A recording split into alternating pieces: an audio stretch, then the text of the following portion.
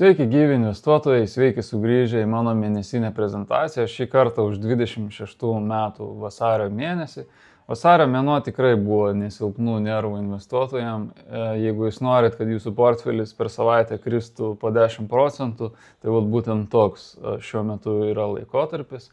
Ir man atrodo, plius minus 26 metai daugiau mažiau bus panašus. Tai tuo pačiu tai sukuria didelės galimybės užsipirkti tiesiog neįtikėtinai dideliom nuolaidom kai kurių kompanijų, kai kurios su 50%, kai kurios nuo piko krito ir 80%. Įdomus laikotarpis, įdomus naratyvai eina visom kryptim iš vienos pusės. Tie, kas investuoja ir data centrus stato, jie yra kritikuojami, kad tos investicijos, kurios šiais metais sieks apie 600 milijardų dolerių, jos yra netvarios. Tuo pačiu software kompanijos yra kilinamos ir išparduodamos, todėl kad dirbtinis intelektas, būtent įsikūnijęs pagrinde į Anthropic, yra toks stiprus, ir kokio visi ir bijojo, ir software kompanijos tiesiog nesukonkuruos su dirbtiniu intelektu.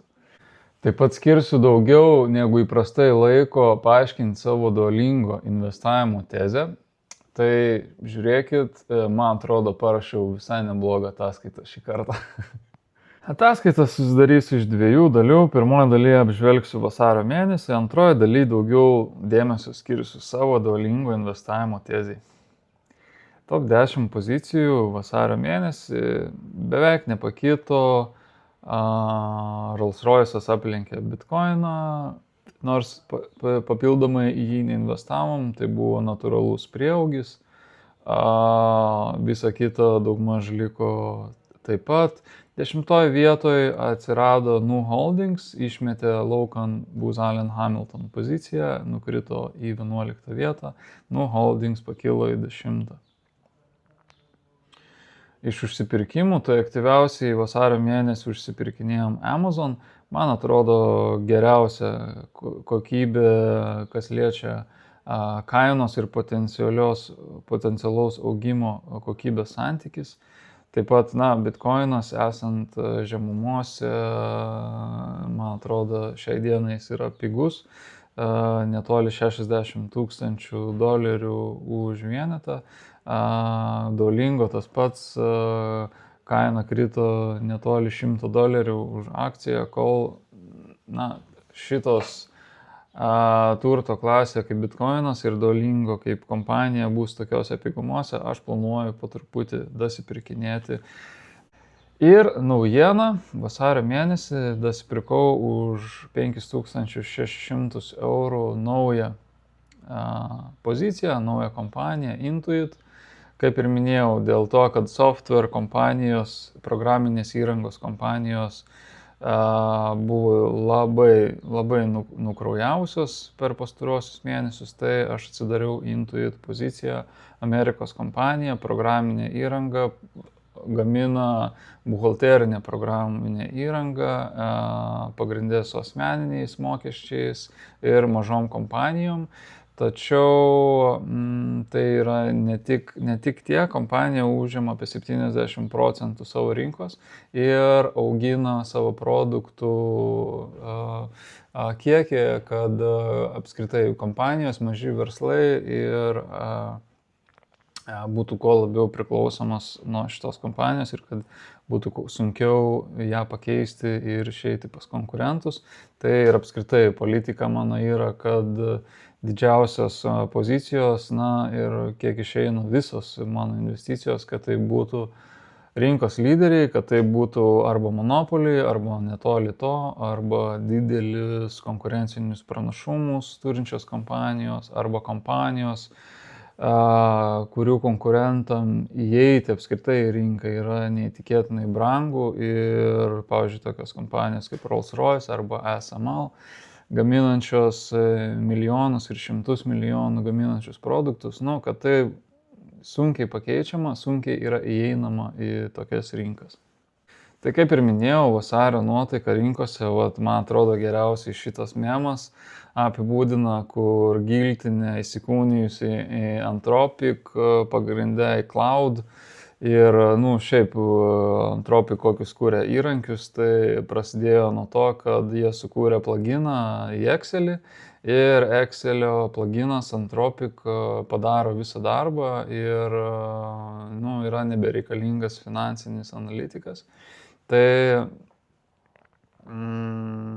kiek yra geri šitie įrankiai, sukėlė baimės tokias, kad software kompanijos bus nebereikalingos arba lengvai pakeičiamos, arba jų konkurenciniai pranašumai nebebus tokie dideli, kokie buvo iki šiol, kadangi, dirbtinis intelektas ant tiek tapo pigus ir bet kas galės su vibe codinti kažkokią tai programinę įrangą ir konkuruoti su didžiausiom programinės įrangos kompanijom. Tai mažai buvo kompanijų, kurios išvengė šitų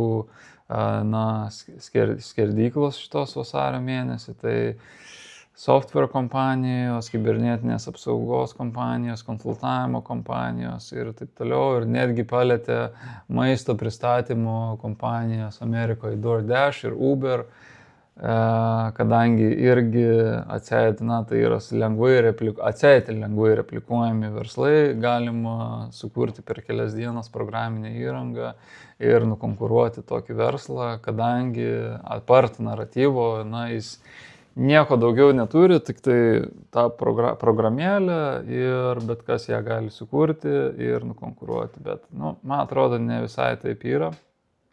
Ir aš matau labiau kaip galimybę investuoti šiuo laikotarpiu į stipres programinės įrangos kompanijas. Geriausiai situaciją apibūdina šitas čartas. Balta linija tai yra S&P 500 indeksas nuo balandžio mėnesio ir oranžinė linija S&P 500 software indeksas.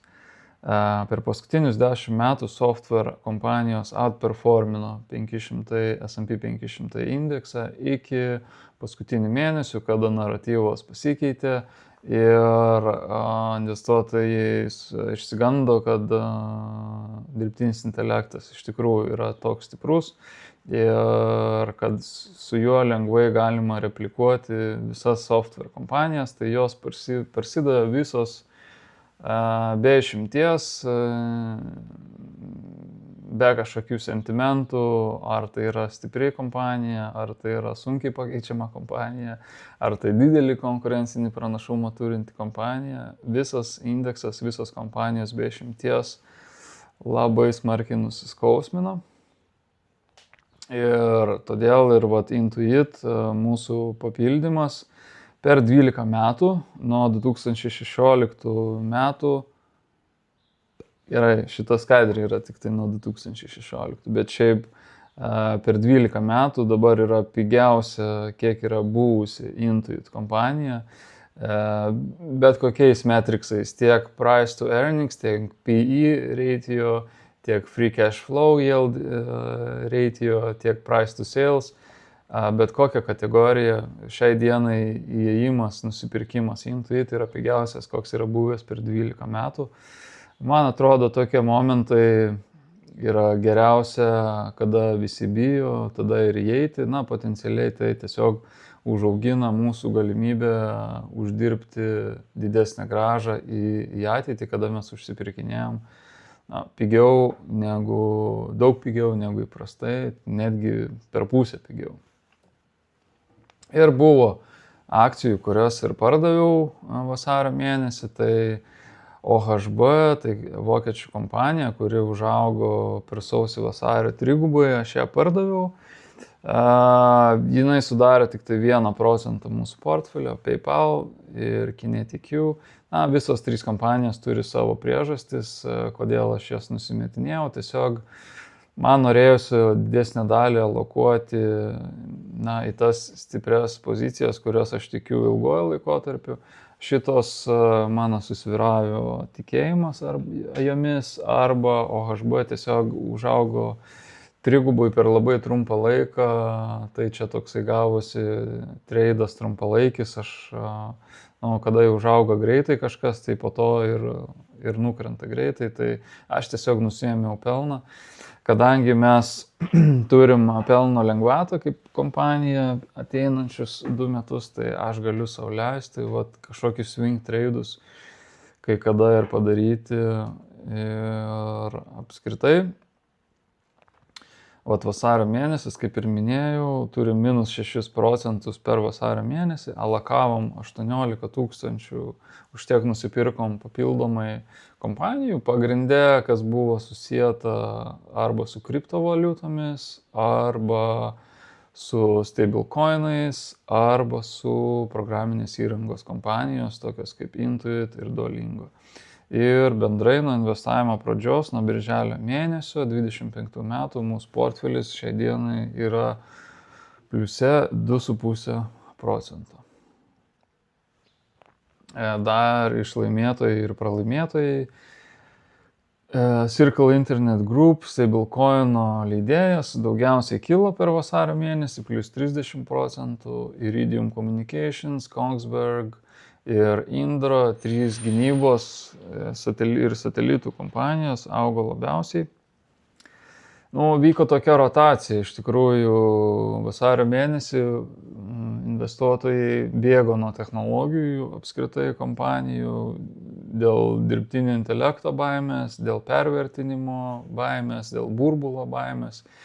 Ir nors pats indeksas maždaug nekrito, bet vyko rotacija viduj, kaip ir minėjau, iš technologijų, iš didesnės rizikos į mažesnės rizikos kompanijas, į gynybinės kompanijas ir netgi į mažmeninės kompanijas, tokias kaip Coca-Cola ir taip toliau.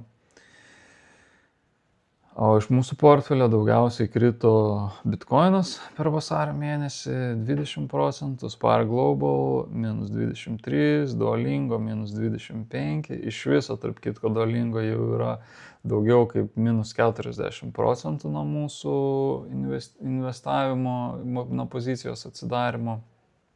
Ir Ethereum minus 27%. Koreliacija dar viena skaidrė, Bitcoino ir programinių įrangų kompanijų. Įdomi iš tikrųjų koreliacija, kad ir kiek tu gali tikėtis ir vadinti Bitcoiną, kad tai yra aukso alternatyva, bet rinka ją vertina šitą turto klasę visiškai kaip technologiją, kaip programinės įrangos atitikmenį. Tiesa, tai ir yra dalinai programinė įranga, tai yra technologija. Bet aš manau, keletos metų bėgiai turėtų tas naratyvas pasikeisti. Naratyvui pasikeisti užtrunka tikrai daug laiko, nemažai metų, bet kada jis pasikeičia, jisai būna tada sunkiai pakeičiamas. Iš kitos pusės tai yra pozityvus ženklas, nes man atrodo tiek programinės įrangos, tiek Bitcoinas arba yra netoli jau žemumų, arba jau žemumos ir galbūt daugiau smarkiai ir nebekris. Tai mano tikėjimas yra toks. Kaip ir žadėjau, pereinam prie Duolingo investavimo tezės. Jau keletą kartų aš apie tai šnekėjau, bet šį kartą daugiau norėsiu pagrįsti tiek savo, tiek jums, kodėl aš investuoju šiai dienai į Duolingo.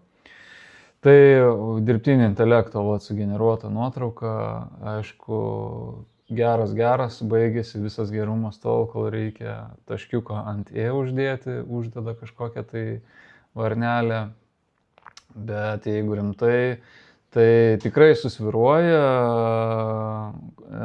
tos tezės, tu esi geras tol, kol viskas auga, bet kai tu matai savo poziciją ir vieną savo didžiausių iš top 10 pozicijų, kada krenta 40% ir daugiau nuo piko, tai tikrai susviruoja ir tu pradedi svarstyti, ar tu teisingai investuoji ar neteisingai. Tai tam, kad sustiprinti tą savo tezę ir teoriją, tikrai reikia nemažai praleisti laiko domintis ir knygų porą perskaityti.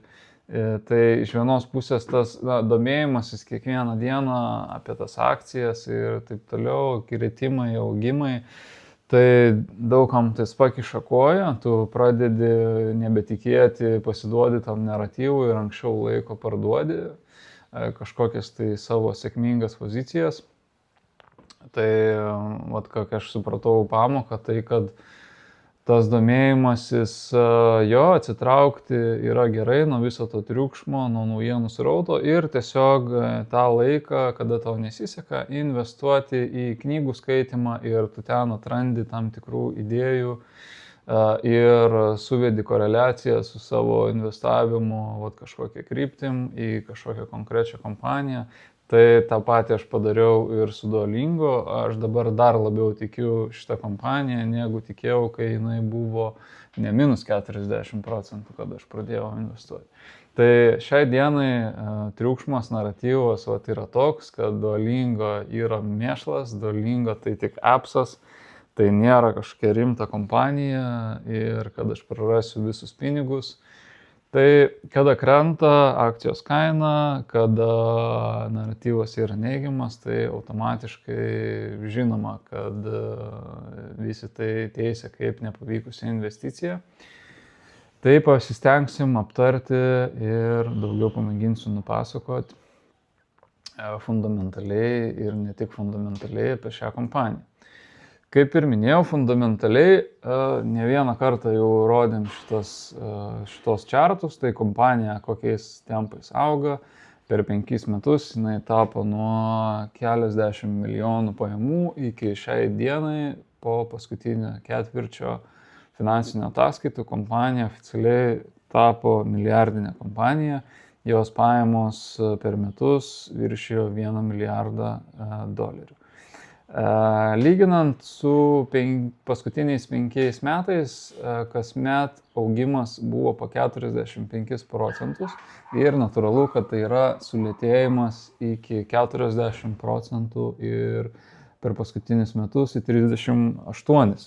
38 tai yra neįtikėtinai dideli augimo tempai ir kaip matom, fundamentaliai kaip ir nepasikeitė kompanija, nepraradinėja subscriberių, kompanija nepradėjo mažėti, bet yra sulėtėjimas taip 5-10% nuo įprastų augimų. Tai sukelia labai didelį spaudimą kartais akcijos kainai. Mano supratimų ir mano tezė, tai yra, ta reakcija į kainą yra tikrai padauginta keliais kartais. Ir su laiku, praeis galbūt keli mėnesiai, pusę metai, turėtų sugrįžti į proto ribas, maždaug į tiek, kiek ir verta šitą kompaniją. Šiai dienai akcijos kaina yra apie $100. Mano skaičiavimais, mano analitika, mano domėjimuose, akcijos kaina šiai dienai yra verta apie $250-300, tai nuolaidą turim apie 60% nuo tikrosios akcijos kainos. Laisvų pinigų srautų augimai, kompanija nėra nuostolinga, kompanija yra generuojanti didžiulius pinigų mašiną tiesiog.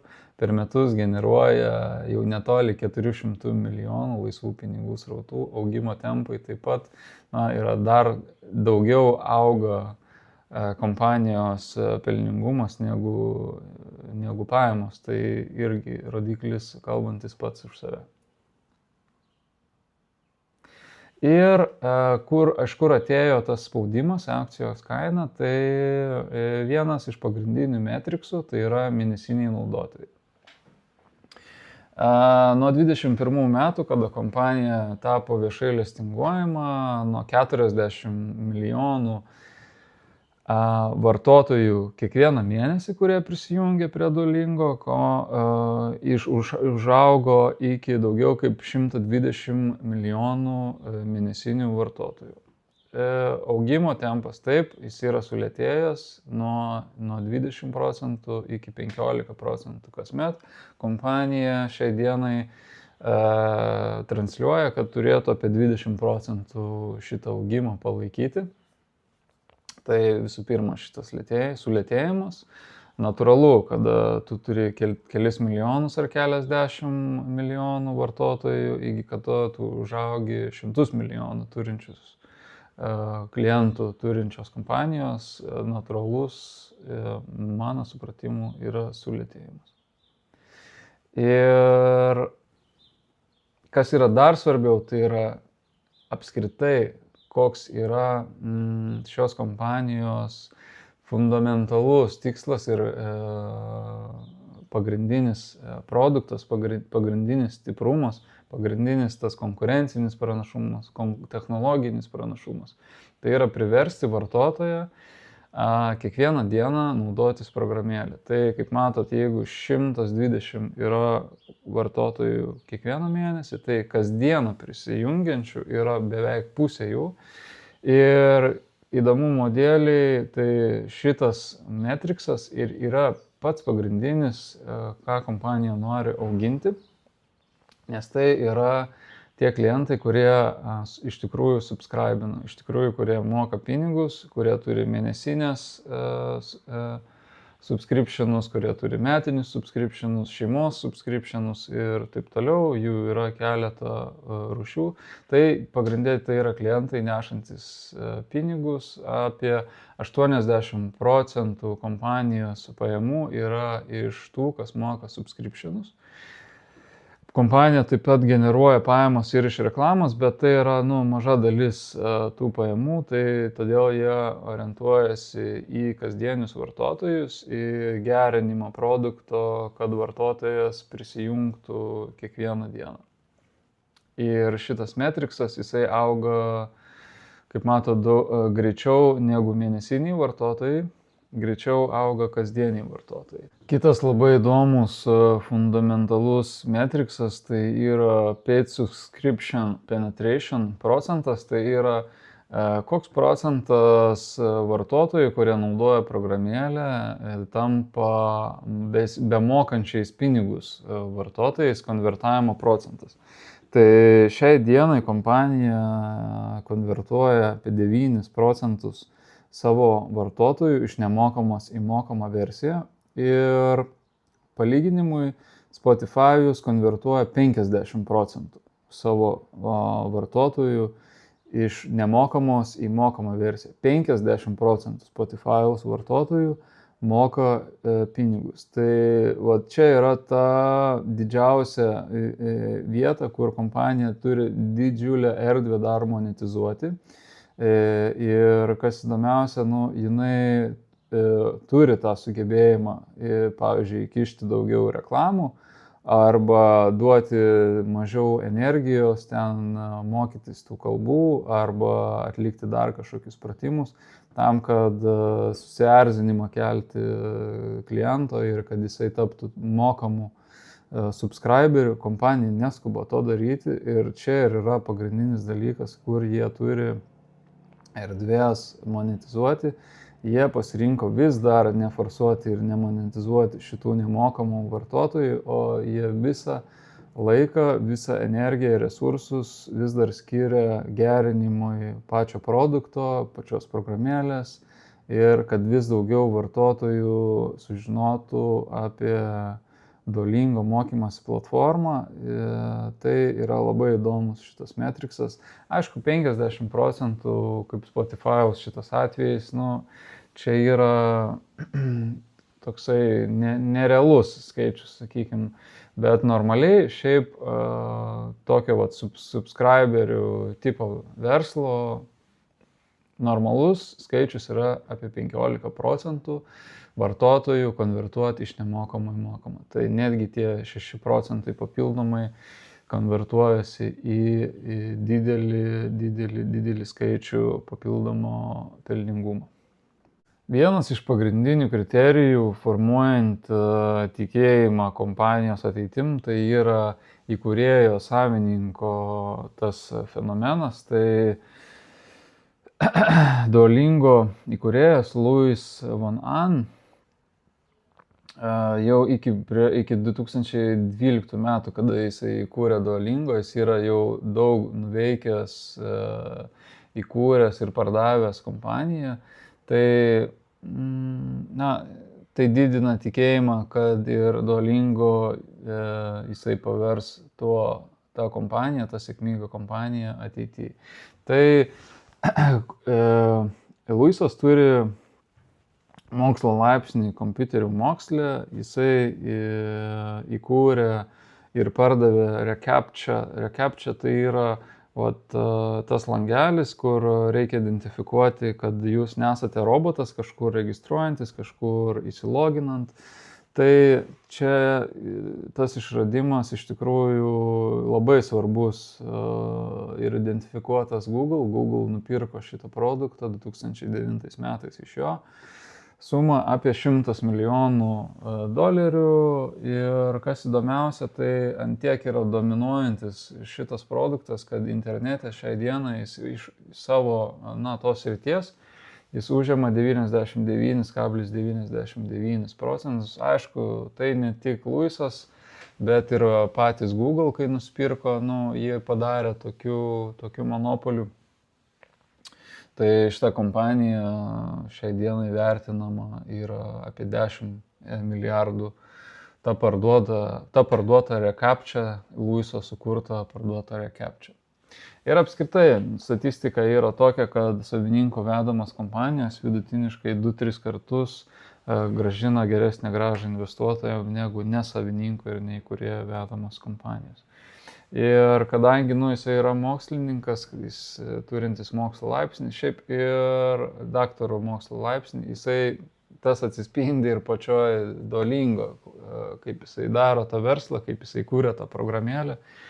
Ir pats principas, pasiklausant tiek jo, tiek tų finansinių ataskaitų, kur aš klausau kas ketvirtį, tai viskas yra daroma bandymo principų, viskas yra išbandoma ir viskas yra padaryta tiksliai taip, kaip tas bandymas, kur jie darė kažkokį eksperimentą, ar mygtukas ten čia reikalingas, ar mygtukas ten, ar klientas labiau mėgsta tą dalį, ar labiau tą dalį.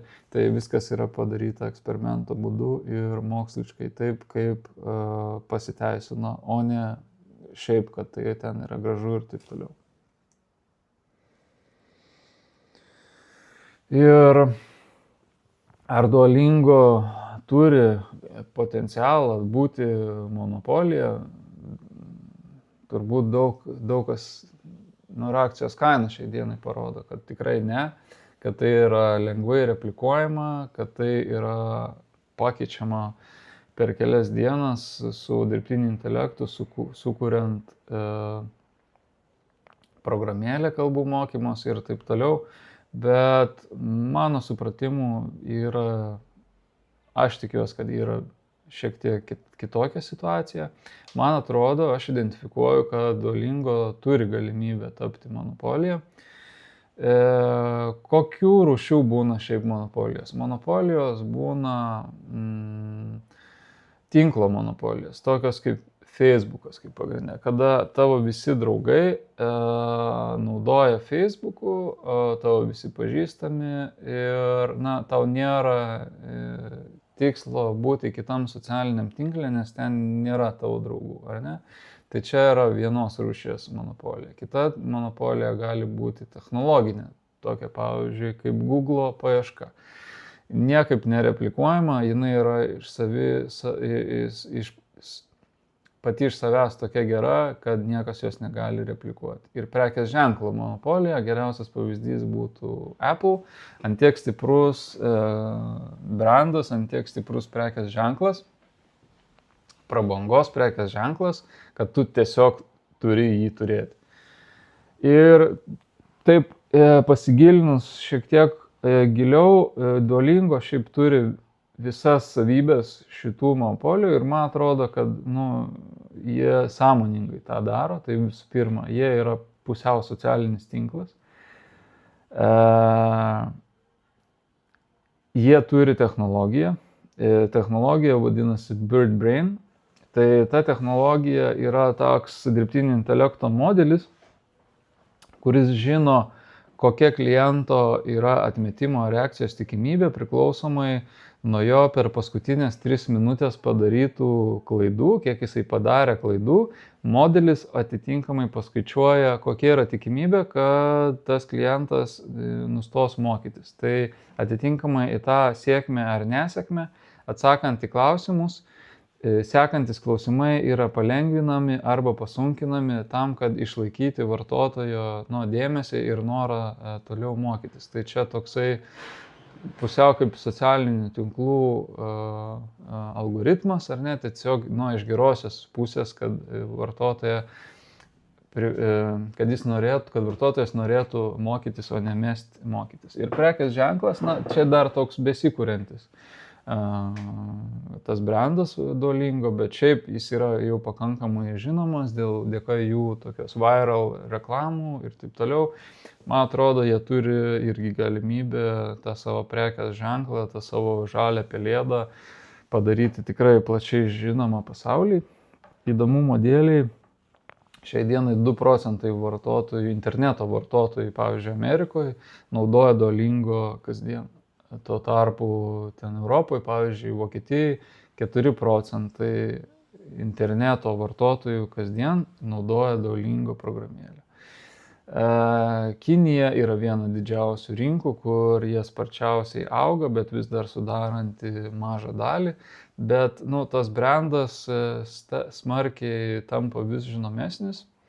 Ir jeigu mes paimtumėm, kad viso pasaulio, ar ne, interneto vartotojai, ne tik tai tuose įvardintose valstybėse, bet jeigu viso pasaulio interneto vartotojai, tie 2% įsijungtų Duolingo kasdien ir mokytųsi tą savo norimą kalbą, arba mokytųsi šachmatais žaisti, ką jie taip pat yra pradėję daryti, arba matematikos, arba muzikos, ne tik kalbų jie moko. Tai yra didelis potencialas užauginti iš tikrųjų 100 milijoninę, o gal netgi ir milijardinę vartotojų skaičių.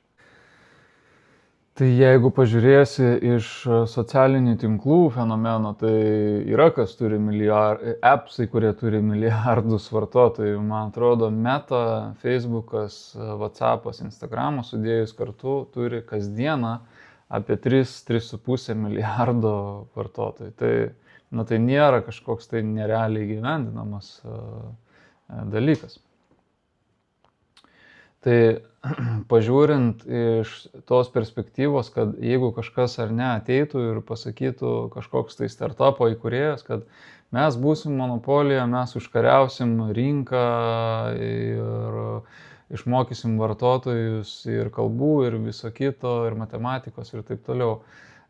Tokiais pažadais tikrai nepatikėčiau, bet Duolingo ir nedalina tų pažadų. Visų pirma, ką jie padarė, jie sukūrė ant tiek gerą appsą kažkokioj tam vienoj nišoj, tai kalbų mokymosi nišoj. Jie užkonkuriavo 60% šiai dienai kalbų mokymosi programėlių rinkos jie užima ir jie tapo tokie geri ir nepakeičiami ir 10 metų toliau negu bet koks kitas jų konkurentas. Tai jeigu mes turim apie 1,5 milijardo šiaip žmonių, kurie mokosi anglų kalbos, vien tik anglų kalbos pasaulyje, tai tikrai yra dar tų nepagautų vartotojų, kurie tikrai kuriuos dar galima atsivesti į Duolingo. Tai kuriant tą monopolinės tokias savybės, jeigu mes pradedam nuo mažo tikslo, nuo sąlyginai mažos nišos kalbų mokymosi, užkariaujam, padarom appsą gerą ir nepakeičiamą ir mes tada atidarom savo galimybę, Duolingo atidarė savo galimybę sukurti pasaulinę personalizuotą mokymosi programėlę. Ir dirbtinis intelektas, ta priežastis, kodėl dabar akcijos kaina yra nuskausminta, kad atseit tas dirbtinis intelektas lengvai gali pakeisti Duolingo. Mano manimu, iš tikrųjų, dirbtinis intelektas, ne tik mano, bet ir to, ką komunikuoja kompanija, jie turi didžiulį potencialą dėka dirbtinio intelekto sukurti personalizuotą mokymosi programėlę apskritai visose mokymosi srityse. Tai pradedant nuo kalbų ir toliau jie integravo muzikos mokymosi, šachmatų mokymosi, matematikos mokymosi, tai atrakina dar bent 2 milijardus potencialių vartotojų. Ir įdomumo dėliai šachmatų šitas sritis per Duolingo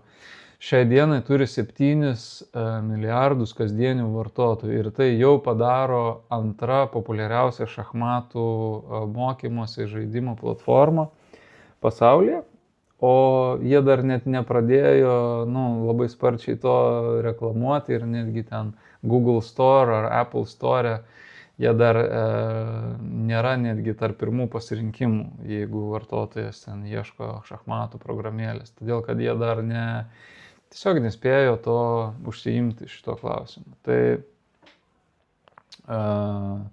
Tai va trumpai tiek apie monopoliją.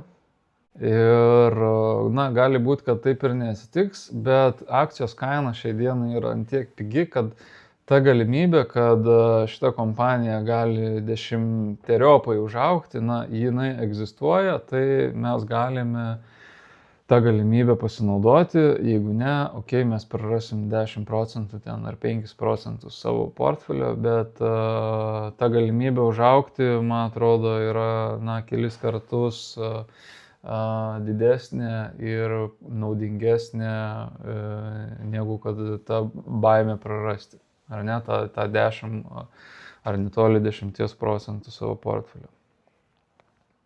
Ir galų gale, jeigu jums neįtikino socialinis tinklo modelis, technologiniai pranašumai ar brando žinomumas, tai galų gale tai yra moralinis klausimas. Pavyzdžiui, ir kompanija pati yra identifikavus, kad tie vartotojai, kurie šiai dienai nustoja mokytis Duolingo, jie neišeina mokytis pas ChatGPT, jie neišeina mokytis kažkokiam kitam LLM tos kalbos. Jie išeina todėl, nes jos nukonkuruoja socialiniai tinklai. Jie tiesiog daugiau laiko praleidžia socialiniuose tinkluose ir jie nebeturi motyvacijos, noro leisti laiko, skirti 5 minutės mokytis kalbą, matematikos, šachmatų ar muzikos. Ir tas investavimo, ta tokia mano viena iš, man svarbu, kad aš investuoju ten, kokia ateitis aš norėčiau, kad būtų geresnė, kad žmonija tobulėtų, kad žmonija mokytųsi, tobulėtų kalbose, bet kur kitur, o ne leistų laiką socialinėse tinkluose, kas, man atrodo, mano supratimu, turi daugiau minusų žmonijai negu naudos. Tai, man atrodo, ta Duolingo ateitis, tas socialinio tinklo technologinis jų panaudojimas duoda naudos ir tu iš tikrųjų praleidęs laiką, tam Duolingo appse, tu esi laimingas dėl to. Tu džiaugies savim, kad tu praleidai tą laiką ten ir kažką tai išmokai. O ne kad tu praleidai tą laiką skrolindamas socialiniuose tinkluose. Tai toks yra moralinis mano šitas klausimas, kodėl aš miegu ramiau naktį, kada aš investuoju į Duolingo, negu aš investuočiau į Meta ir į socialinius tinklus. Ir aptarkim trumpai rizikas, jų tikrai yra tų rizikų, kaip ir minėjau, pagrindinis konkurentas Duolingo nėra kitos mokymosi platformos, nėra dirbtinis intelektas ir kiti LLM-ai, rizikos yra socialiniai tinklai, kad vartotojai tiesiog išeina ir daugiau laiko praleidžia socialiniuose tinkluose. Nepaisant to, vis tiek rizika egzistuoja, kad arba OpenAI'us, arba Google'as, arba dar kažkokia, nežinau, Kinijos kompanija, norės replikuoti, ar ne, ir sukurti tą mokymosi platformą ir konkuruoti su Duolingo. Taip, tai yra tiesa. Niuansas yra toks, kad Duolingo tai pradėjo daryti 10 metų anksčiau negu bet kas kitas. Jie pradėjo nuo 2011 metų. Jie turi visus vartotojų elgesio modelius. Jie padarė 100 tūkstančius, 10 tūkstančių eksperimentų ir niekas kitas geriau nežino, kaip vartotojas elgesi, kaip Duolingo. Tai replikuoti tą technologiją ir tą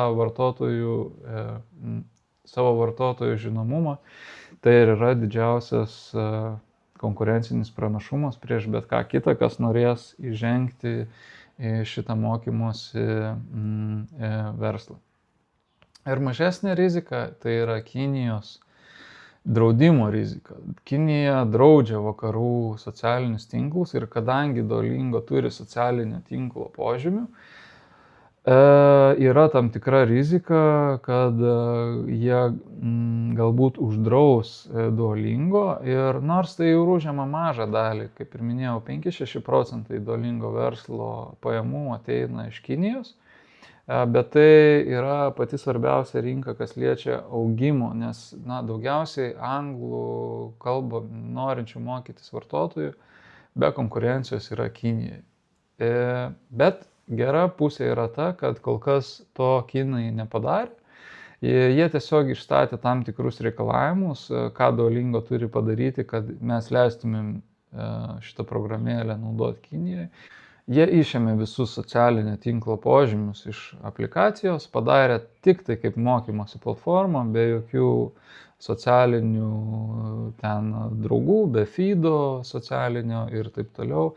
Ir programėlė 100% yra legali naudoti Kinijai šiai dienai.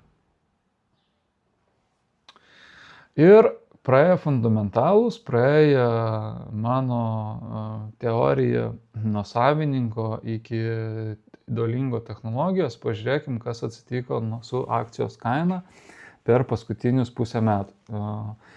Pikas akcijos buvo virš $500 už vieną akciją ir tada prasidėjo naratyvas, kad LLM'ai, Google'as, ChatGPT, bet kas kitas yra toks stiprus, kad tai lengvai gali nukonkuruoti Duolingo. Ir akcijos kaina pradėjo kristi. Tada Google Translate'as išleido mokymosi kažkokius tai toolsus. Tada prasidėjo akcijų analitikų vertinimai, kad kompanija yra per brangiai įkainota ir ją reikia įvertinti daug žemiau. Tada išėjo 3. ketvirčio ataskaita 25 metais ir kompanija pasakė, mes turim didelį potencialą dėka dirbtinio intelekto užauginti dar keli šimtais milijonų mūsų klientų bazę ir antiek pigiai, kad dirbtinis intelektas tapo toks pigus, kad mes galime padaryti personalinio mokymosi platformą labai pigią ir masinę. Dar krito akcijos kaina dvigubai per trumpą laiką, nuo 300 iki maždaug $200 už akciją. Ir galų gale ChatGPT išleido kalbų vertimo funkciją ir taip toliau. Žodžiu, tas spaudimas vienas po kito ėjo banga po bangos ir nušlavė visiškai visas tas sentimentas, akcijos kaina nuo 500 iki šiai dienai $100 už akciją. Ir čia tą patį matom šitame čarte ir mūsų įėjimo užsipirkimo laikotarpis prasidėjo, kada akcijos kaina buvo apie $200 už vieną akciją. Nuo to laiko akcija dar beveik dvigubai atpigo. Bet, nu, jeigu sunku ir neįmanoma, ar ne, kad istorija ten kartosis ir surasti kažkokių alternatyvų, kad bus lygiai taip pat, kaip jau įvyko, bet, nu, galima padaryti tam tikrų koreliacijų su kitom kompanijom, kaip pavyzdžiui Netflix, kas irgi yra visiškai subscriberių tipo kompanija, verslas. Ir buvo tas pats nutikę lygiai su Netflixu, tik tai, na, kitos priežastys, ne dirbtinis intelektas, kažkokie kiti konkurentų veiksmai ar ten vartotojų spartus mažėjimas. Antiek suspaudė tą akciją Netflixo, kad jinai irgi nuo $70 21 metais krito iki $18 už akciją.